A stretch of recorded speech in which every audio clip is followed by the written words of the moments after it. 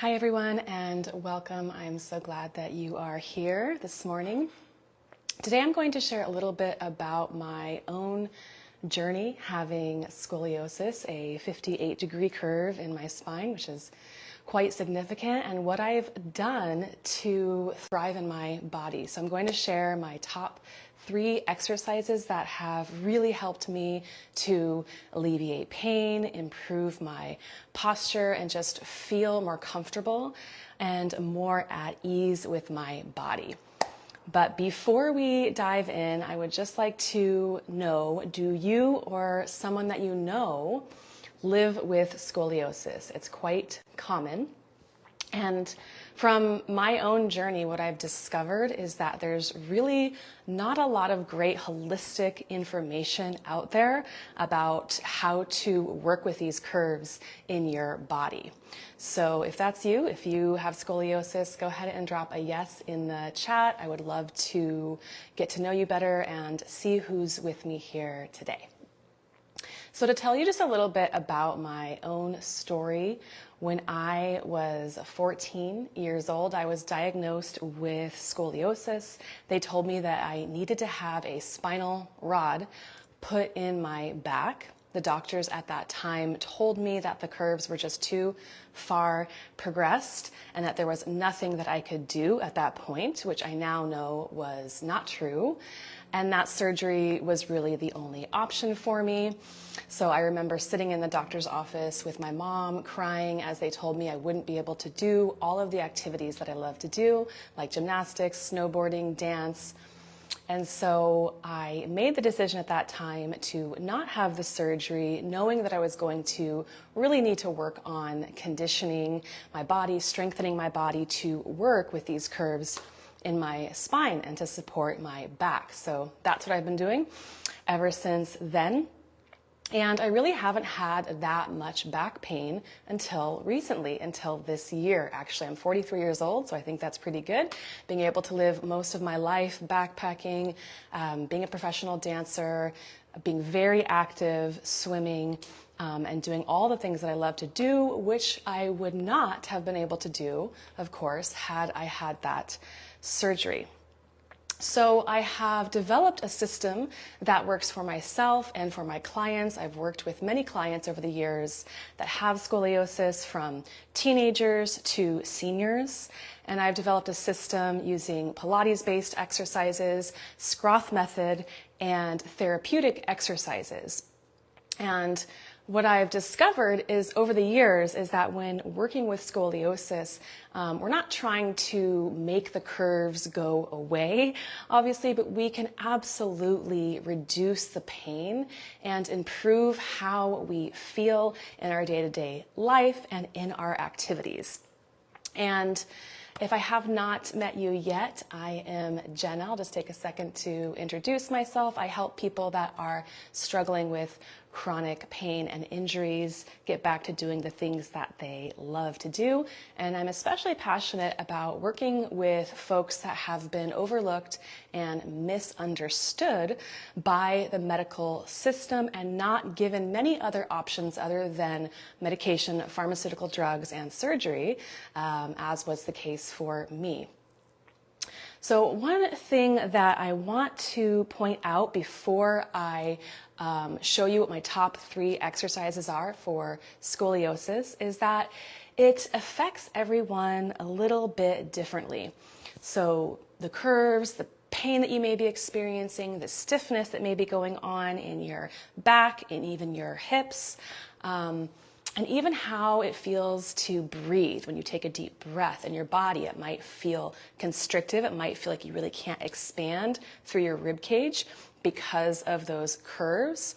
And so these exercises are not about a one-size-fits-all approach, and it's really about finding what brings balance to your body, because when it comes to scoliosis, we're finding center. So we're taking the curves, we're bringing everything back to center to give the body balance again.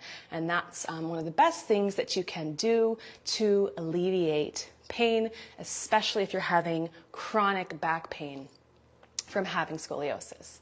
So before I share these exercises, I also want to just demonstrate what these curves might look like so that you can know actually how to work with your own curves, because like I said, this is very individualized, and a lot of people don't really know much about their own spine when it comes to scoliosis, because no one's really ever showed them or told them much about what's going on with them. So what's most common is that folks have an S curve, and this is the spine's attempt at balancing itself out and, like I said, finding center. So the body is so intelligent, it starts to have this curve, and so your spine's going to begin to create this counter curve so that it can find that balance. We also see C curves. So C curves are, like the name suggests, going to be one primary curve in your spine. So there's a lot of nuance that goes along with this. I made a few YouTube videos on this. If you're interested in checking out those videos, then you can comment scoliosis below. I will send you those videos, which go way more in depth than what I have time to share today. But what I want to quickly demonstrate, because we're going to do a breathing practice, and it would be good to understand where your convexity is and where your concavity is. So your convex side, you can see it pretty clearly in my rib cage. This is obviously going to be the concave side, and the convex side is where your spine is curving laterally to one side. So I can show you a little bit more from the back, because I think it's pretty obvious to see it in my spine. So on that shorter, tighter side, that's where we want to be sending our breath. So the first thing that I'm going to show you how to do is use your breath to expand that concavity to create more space, which will help your spine find center. So what I want you to do is just go ahead and bring your hands onto the side of your ribs like this. And you can do this along with me here, taking a deep breath in and stretching, expanding your ribs side to side. So when we have these curves, one lung gets more compressed than the other side, and that's why it's really important to be able to do this breathing practice so that you can expand that short, tight side and open up the lung on that side, okay? So let's do that again. We're going to take a deep breath in. You're going to feel your hands expanding laterally this way. And now on your exhale, I want you to see if you can keep that expansion. So it's like an umbrella opening up to the sides. And then as you're exhaling, try not to let the umbrella collapse all the way. Okay, so when you're exhaling, I want you to see if you can, let me just move this camera up. It's going to be a little easier to see me. I want you to see if you can keep the ribs open. Keep that expansion you just created as you exhale. So try not to let the ribs immediately close, but keep some of that space there. So what that's doing is it's engaging and working your intercostal muscles, which are the little muscles between your ribs. So when we breathe in, those are the muscles that help to expand and move our rib cage. They contract and relax as we breathe. So again, with scoliosis, you're going to have one short, tight side, and you're going to have one long, tight side, right? So we're breathing into the short, tight side, but we really want to feel the expansion on both sides, because just because this side is shorter and more collapsed doesn't mean that this lung or this side of your rib cage is also moving well. So we want to do both sides at the same time, again, like that umbrella, opening up side to side. And then as you exhale, and I like to make this open mouth sound, you're going to keep the ribs expanding. So this takes some practice. It took me a while to learn this. This comes from the Scroth method. There are other methods that are exercise methodologies for scoliosis that now also incorporate this, but I believe that Scroth method was the first one to actually develop this breathing technique to again work on creating space from within. So we'll do that one more time. Breathing in, expanding your ribs side to side, and it really helps to have this tactile feedback with your hands on the side of your ribs so that you can breathe into your hands. And you can hopefully see this in the camera, how much I'm actually moving my rib cage. And on the exhale, I'm going to try to keep that space I've just created. I'm going to try to keep the umbrella open throughout my exhale. So that's one thing that you can practice. Like I said, it might not feel very intuitive or very easy in the beginning, but just like anything, the more that you practice that, it's just going to get easier. And I really think it's going to help you find relief, especially on that short, tight side that can feel so uncomfortable. So breathwork is so powerful because the ribs are compressed and the lungs are restricted, as I said. So practicing this helps create more of that space. Even if you're not quite doing it, as I explained, just taking a big deep breath is going to feel really good. Okay, so let's go on to exercise number 2, which is traction. Traction is so important when it comes to that compression that can happen in the spine. So the discs start to get compressed. If you can think about a jet puffed marshmallow, you're squeezing it and it's getting more narrow, it's getting shorter. So that's what happens in our vertebrae when the discs get compressed, they get kind of squished.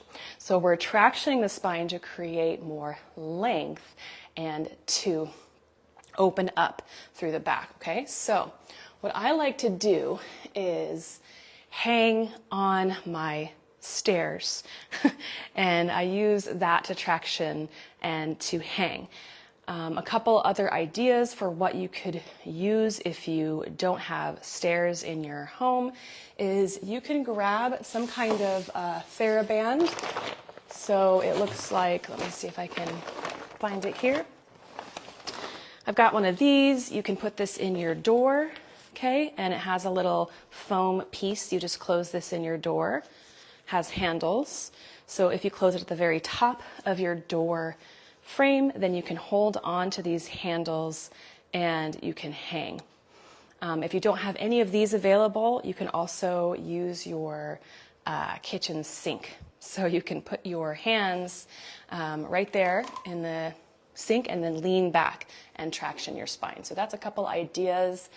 Play around with whatever you have at home.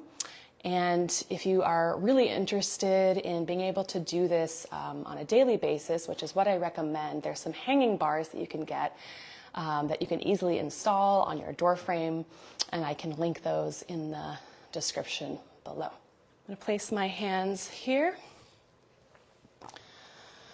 And then I'm just going to soften my knees. And as I bend my knees, I'm going to just allow my hips to hang. So the weight of my pelvis and my lower body is helping to traction my spine and create that space. And then I'm going to go ahead and do my breathing here just as I demonstrated. So I'm inhaling into my ribs, expanding my ribs side to side, opening up through the lungs. And as I exhale, I'm going to keep that expansion. Okay? So your hands are going to give out before anything else. So what I suggest doing is 3 long, deep breaths and then give your hands a break. So it's actually really good to work on your grip strength, but your hands are probably going to tire out, so you can give them a rest and then go back to it. And it's recommended to actually do that for 7 minutes in the Scroth method. I found that that's just too long for me personally. You don't want to overdo it, especially if you're just starting these exercises and you've never done anything like this before. I would suggest, like I said, just doing those 3 long, deep breaths. Start with that. See how that feels. If it feels good, then you can continue to add on more time progressively, so that you're not creating too quick of a change in your spine, because that could also cause more discomfort. Okay, and then the third thing Love to do that really helps to support my spine and my back is core activation. So being able to activate my transverse abdominis. We've done a couple live streams on how to properly activate your core. And that transverse abdominis, it wraps around your torso like a corset. So its job is to stabilize your spine. And when you activate it, it draws and pulls everything in towards your spine like you're wearing a really tight belt. So let's take a couple breaths and practice how to activate and engage that muscle to support your back. So the first thing we want to do is think about that elongation. So even when you're not hanging or tractioning your spine, you can still do this elongation using your own muscles. So we take a deep breath in. Think about being suspended from the crown of your head by a marionette puppeteer above you. So you're elongating, tractioning from within. You're going to keep that length. Take a big breath into your ribs, just as I demonstrated before. And as you exhale, you're going to cinch the abdominals front to back. So it's really important to think about that wrapping or like a cylinder of support around your torso so that you're cinching and kind of shrink wrapping everything in towards your spine. And make sure when you're practicing that you're not shrinking your body, that you're not compressing your spine even further. So you want to keep that elongation. And when we properly activate our core, it actually helps to elongate our spine. So that naturally will happen when you are doing this proper activation. So let's go ahead and try that again. Take a big breath in. Imagine you're being suspended from the top of your head by a marionette puppeteer. As you exhale, you're going to feel that wrapping, that cinching front to back. It's really helpful to put your hands there. So actually place your hands on your belly, feel those muscles turning on, feel that wrapping front to back, and that drawing in of the abdominals towards the spine. And then you can do that activation while you're doing various exercises. So if you already have an exercise routine that you like to do, now you know you can activate your abdominals that way. So for instance, doing a forearm plank is a great core exercise. It's also pretty safe unless you have, shoulder pain. For most people, they can do a forearm plank without really, tweaking something in their back. So that's a great exercise that I suggest doing to help strengthen and support your core while consciously working on activating that transverse abdominis. So I'm going to quickly demonstrate a forearm plank for you.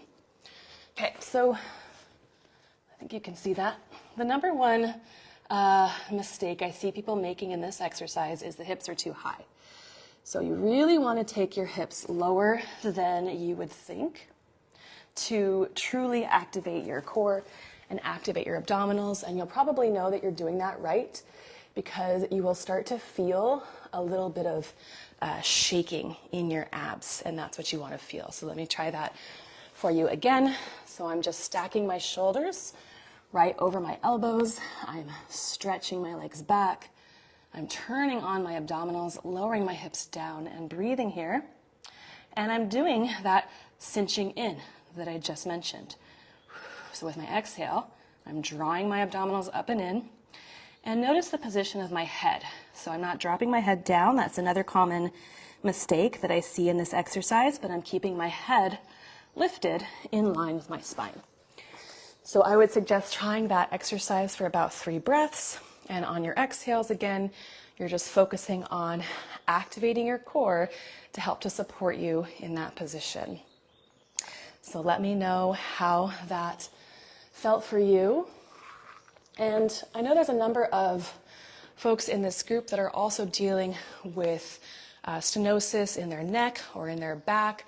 I know there's a number of folks that have brachioradial pruritus in this group, as they found me on my YouTube channel, talking about my experience with brachioradial pruritus.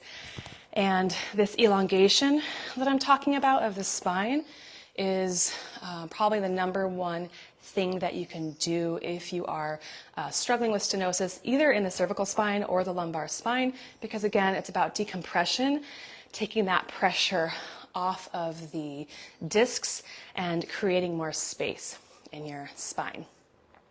So I hope you found this live stream supportive and helpful today. Definitely let me know if you have any questions, just pop those in the chat below. And if you would like more support with this, I invite you to do a Move with Ease call with me, and we can just go over some personalized strategies, exercises that you can do working with your own curves and exactly what you have going on. Because also for me, working with having scoliosis, brachioradial pruritus, it wasn't just about one thing I did. It wasn't just about the right exercises. It was also about taking a holistic whole body approach. So also working with nutrition, eating an anti-inflammatory diet. And then usually when it comes to chronic pain, there is also an emotional component to it, because chronic pain can be really depressing, right? Or it can cause a lot of anxiety when you don't know what's going on with your body, or your body could be expressing this pain because there is something else deeper going on. So we do that in my group program, Thrive Beyond Pain. And I'm happy to jump on a call with you and offer you a couple tools that you can use right away so that you don't have to suffer with chronic pain, whether it's scoliosis or brachioradial pruritus, nerve pain, or just low back pain, whatever you have going on. It's really helpful to have a guide, somebody that can support you that's already been on that journey, that can really hold your hand and walk you through the steps that you want to take to get to where you want to go. So if you're interested, go ahead and comment Thrive below, and I'll go ahead and just send you a message and reach out to you with my calendar link. We can set up a free 30-minute call and chat a little bit about that. Hope you have a wonderful rest of your day, and I will see you in the next one.